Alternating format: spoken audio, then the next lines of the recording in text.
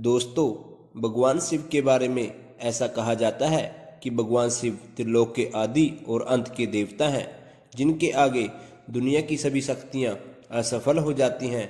लेकिन क्या आपको मालूम है कि भगवान शिव का जन्म कैसे हुआ था, उनकी माता कौन थी और उनके पिता का क्या नाम था, और उन्होंने किस से अपनी शिक्षा प्राप्त की थी और किस किस को शिक्षा का दान दिया था?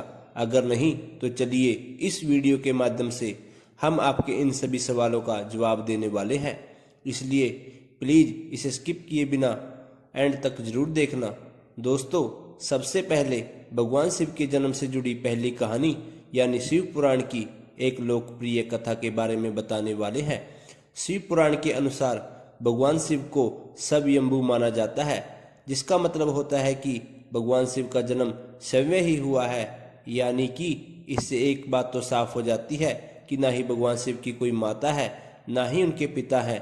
इसी कारण से भगवान शिव पंच तत्वों से भी परे हैं, जिस कारण से इन्हें मृत्यु का कोई भी भय नहीं है और इनकी मृत्यु कभी नहीं हो सकती।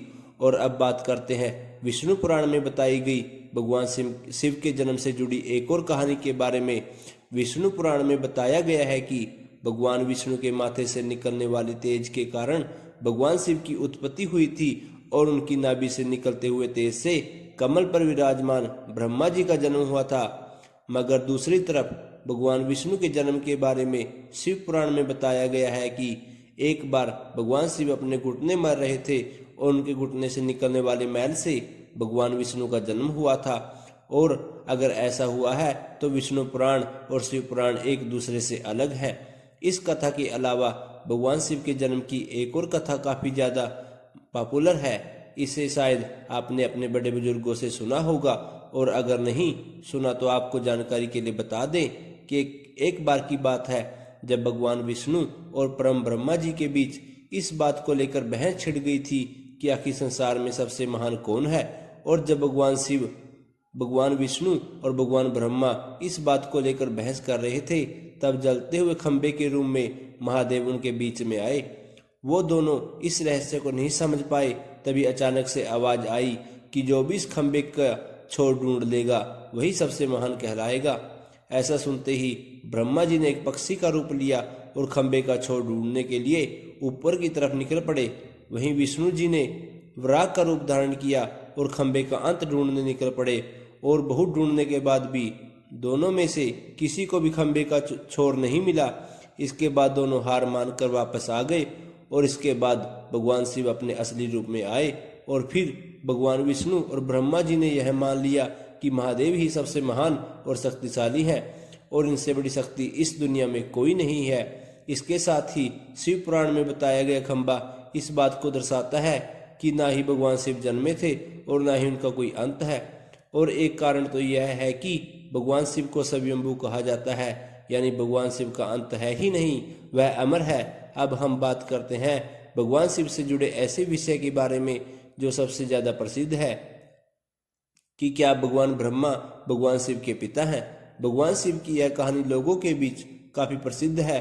तो आपको बता दें कि भगवान शिव ने किस प्रकार ब्रह्मा पुत्र के रूप में जन्म लिया था। इसके पीछे विष्णु पुराण की एक पुरानी कथा है। इसके अनुसार जब धरती, आकाश, पताल या फिर कहे पूरा यूनिवर्स जलमग्न यानी पानी में डूबा हुआ था, भगवान विष्णु के अलावा कोई भी देव या प्राणी इस संसार में नहीं था। तब भगवान विष्णु ही जल सतह पर अपने शेषनाग पर लेटे हुए नजर आ रहे थे। इसके बाद उनकी नाभि से कमल की डंडी पर ब्रह्मा जी प्रकट हुए। और जब भगवान ब्रह्मा, भगवान विष्णु इस यूनिवर्स संबंधित बातें कर रहे थे, तभी भगवान शिव प्रकट हो गए, जिसके बाद ब्रह्मा जी ने उन्हें पहचानने से इनकार कर दिया। इस बात से भगवान शिव रूठ गए और उनके रूठ जाने के कारण भगवान विष्णु ने भगवान ब्रह्मा को दिव्य दृष्टि प्रदान कर भगवान शिव की याद दिलाई।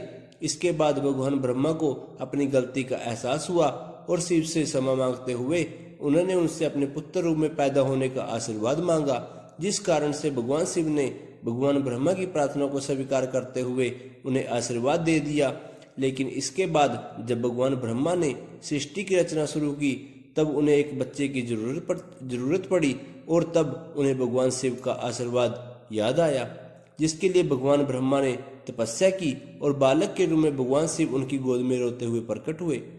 आपको बता दें कि यह भगवान शिव का एकमात्र बाल रूप है। जब भगवान ब्रह्मा ने उनके रोने का कारण पूछा तो उन्होंने बताया कि उनका कोई नाम नहीं है। तो भगवान ब्रह्मा ने भगवान शिव का नाम रुद्र रख दिया, जिसका मतलब होता है रोने वाला। लेकिन उसके बावजूद भी भगवान शिव चुप नहीं हुए। इसके लिए भगवान ब्रह्मा ने उन्हें दूसरा नाम दिया, लेकिन भगवान शिव को दूसरा नाम भी पसंद नहीं आया और फिर भी वह चुप नहीं हुए।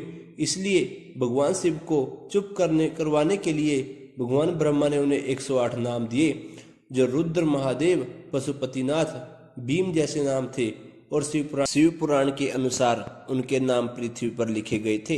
इसके बाद बात आती है श्रीमद् देवी महापुराण की। तो श्रीमद् देवी महापुराण में भगवान शिव के माता और पिता के बारे में बताया गया है। श्रीमद् देवी महापुराण के अनुसार देखा जाए तो एक बार जब भगवान नारद जी ने अपने पिता भगवान ब्रह्मा जी से पूछा कि इस सृष्टि का निर्माण किसने किया है, भगवान विष्णु, भगवान शिव और आपके माता पिता कौन है, तब भगवान ब्रह्मा जी ने भगवान नारद जी को त्रिदेवों के जन्म के बारे में बताया। जो बताया वह वाकई में चौंका देने वाली बात थी।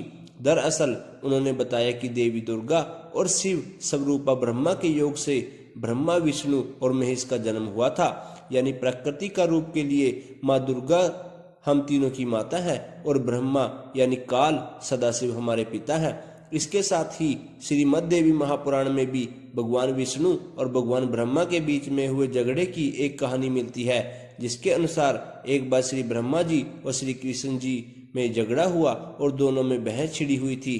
तब भगवान ब्रह्मा ने कहा कि सृष्टि को मैंने बनाया है और मैं ही इस संसार का प्रजापति हूँ। जिसके जवाब में भगवान विष्णु जी ने कहा कि मैं आपका पिता हूँ, क्योंकि आप मेरी नाभि से निकले हुए कमल से पैदा हुए हैं। और धीरे धीरे कर यह बहस बढ़ती गई।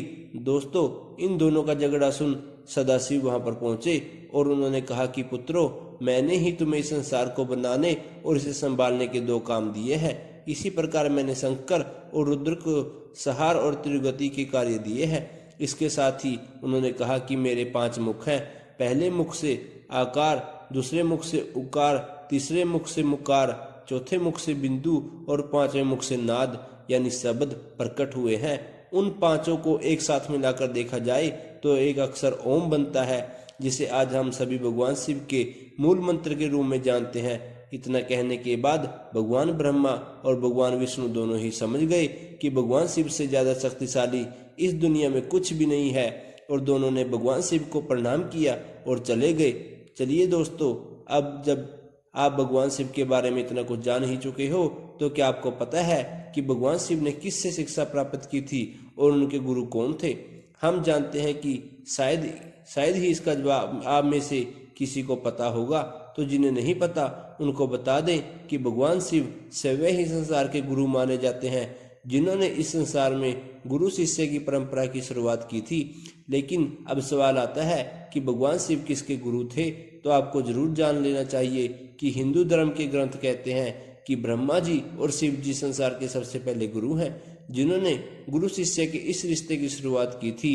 जहां भगवान ब्रह्मा ने अपने मानस पुत्रों को शिक्षा प्रदान की थी, वहीं भगवान शिव ने अपना ज्ञान केवल अपने 7 शिष्यों को दिया था। यानी भगवान शिव के 7 शिष्यों के गुरु थे, और वह जिन शिष्यों के गुरु थे उन्हें आज के युग में सप्तऋषि का दर्जा दिया गया है। दोस्तों, यह थे भगवान शिव के जन्म से जुड़े हुए कुछ फैक्ट्स।